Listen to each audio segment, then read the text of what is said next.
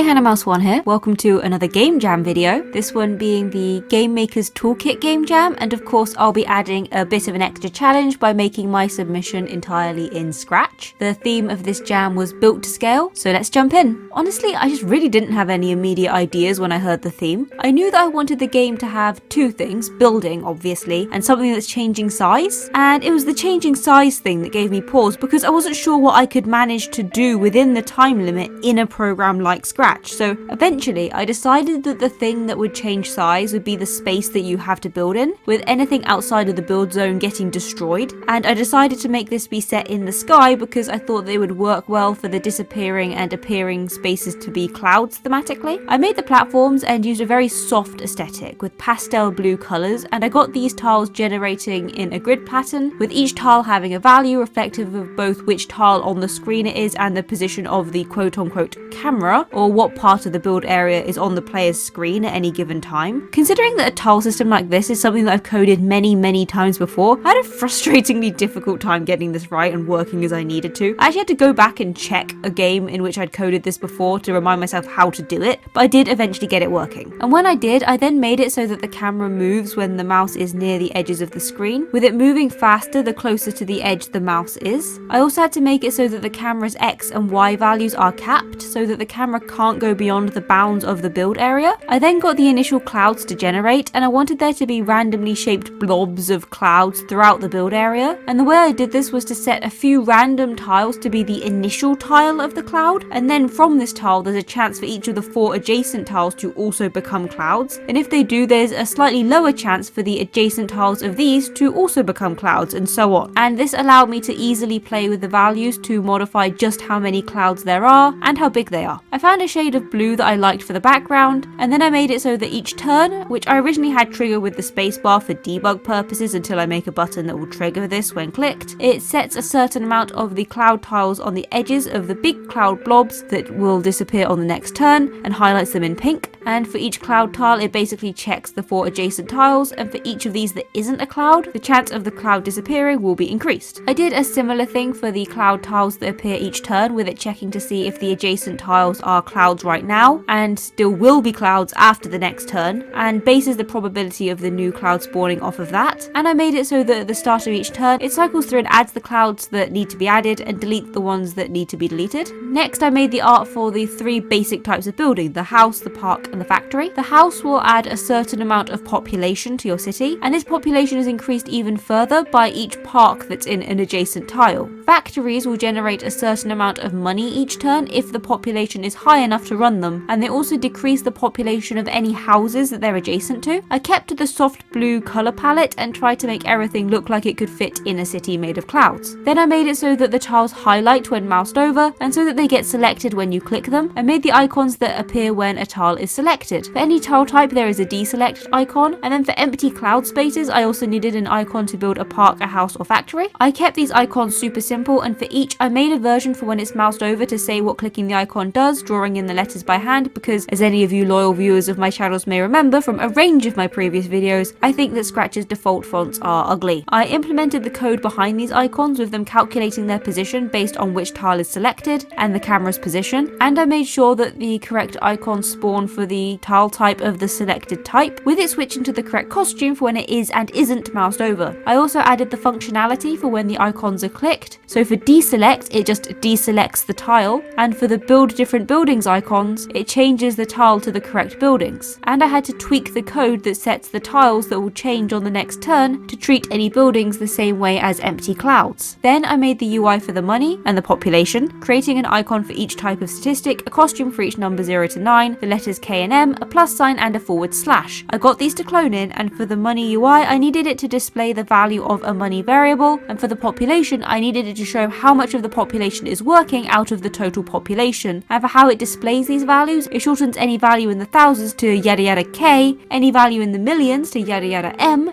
and any value a billion or above to 999M plus, although I really can't see any of the values in the game getting even as high enough to need the Ks, much less the M or the 999M plus, but better safe than sorry, right? I added the code that makes it go through the list of tiles, and for each house it changes the population by the appropriate amount given what's in the adjacent tiles, with parks increasing this and factories decreasing this. I found a small bug where the icons can appear off the edge of the screen if a tile is on the perimeter, so I added a fix for this, quite literal edge case, to shift the icons so that they're always on screen even if the camera can't scroll far enough to accommodate it, by shifting them left or right very slightly. Then I modified the mouse over icons to build buildings so that they display the cost for the building, and I modified the build code to check whether or not you can afford it and to subtract the cash for this when built. And I finally got around to making the button to progress onto the next wave so I don't have to hit the space bar, which is good because I do want the entire game to be playable with just the mouse. I added an option to save a cloud that's about to disappear for a small fee. I created the icon for this option, both the mouse over version that displays the cost and the version for when it isn't moused over, and got all of the code behind this working. I decided to get the vertical slice of the game done before adding in more functionality to make sure that I wouldn't be caught out by the time limit without a finished project. So I made the title screen for the game, which of course meant settling on a title. I went with scaling skies. For the title screen I had the game's name displayed and had a 3x3 grid of tiles, some of which have the buildings that you can place displayed on them, keeping things simple and tied into the aesthetic of the game. I also made a play button to go in the place of the central tile and got the code behind this sorted so that it starts the game when clicked. I also added in some sound effects and created a music track for the game. I've said it before and I'll say it again, I am not a musician by any stretch of the imagination, but I hopped on over to Soundtrap and played around with things for a bit. I selected an instrument that fit the echoey, relaxing vibes that I wanted, settling on a type of bell, and hit some random keys on the keyboard until I had a long enough piece to work with, and tidied those notes up a tad in the piano roll page, and that gave me a melody. I added in some more instruments, played around with things some more, and once I had got something I was happy with, I exported the track and got it playing in Scratch on a loop. But with that done, I could add some more features to the game. I added the option to create new clouds by clicking empty sky spaces, creating the icon for this and getting all of the code behind this implemented and working. And I made it so that there are 3 levels for each type of building, and I made it so that after a certain amount of turns the buildings level up, increasing their effects. I had to make the art for the different building levels, with them basically looking more complete the higher the level they are, and then got all of the code behind the level up system working. Super simple. There's just a list that holds a value for each tile, how far off leveling up they are. For each turn this ticks down and levels up the appropriate buildings. I also had to go through the code that sets the population and working population and make sure that everything accounts for the different levels, including the adjacency effects around the houses. And I made a how to play tutorial page. As tutorials go, it's pretty pathetic to be honest. It's the text dumpiest of text dumps, but honestly, this is a pretty simple game and it's not the sort of game that I necessarily expect some seamless diegetic tutorial for. Including it in the game just feels a tad bit smoother than expecting players to read the description, so I added it, but it's nothing special, and big text dumps like this are always the times when using hand-drawn lettering can be a bit annoying, but also when using hand-drawn lettering has the strongest impact, so the benefits outstrip the cost by a long shot in that regard. I then sorted the fail state, creating a game over screen based on the title screen and adding in a restart button. For the game over screen, I removed the ring of tiles around the button to indicate that these have all disappeared, like how the clouds disappeared when you were playing the game, and I sorted it so that it triggers a game over if you don't have enough money to afford a factory or house and those don't already exist in play. I also made it so that as the game progresses and you go through more turns, clouds are more likely to vanish, increasing the difficulty. On playtesting, I decided that I needed to add an option to destroy place buildings, so I added that in. This is particularly useful when you need to optimize for the adjacency bonuses. So if you wanted to place a house somewhere but don't want it to be next to a factory, you can destroy said factory if you so choose. And from there, it was the final infrastructure stuff, like turning the title screen into a thumbnail that hides when you start the game, filling in the instructions and credits boxes, and getting the project shared on Scratch. I did of course use Turbo Warp to convert this into HTML and upload it to itch and submit it to the jam. I'm pretty happy with what I made, even if it is a bit simple maybe. Either way, it was a fun game to make and I really enjoyed participating in this jam. But apart from that, thanks for watching. I hope you enjoyed this video. Like and subscribe if you did, it lets me know there's something to see more of. Join the Discord, link down below, and I'll see you next week with another video. Bye!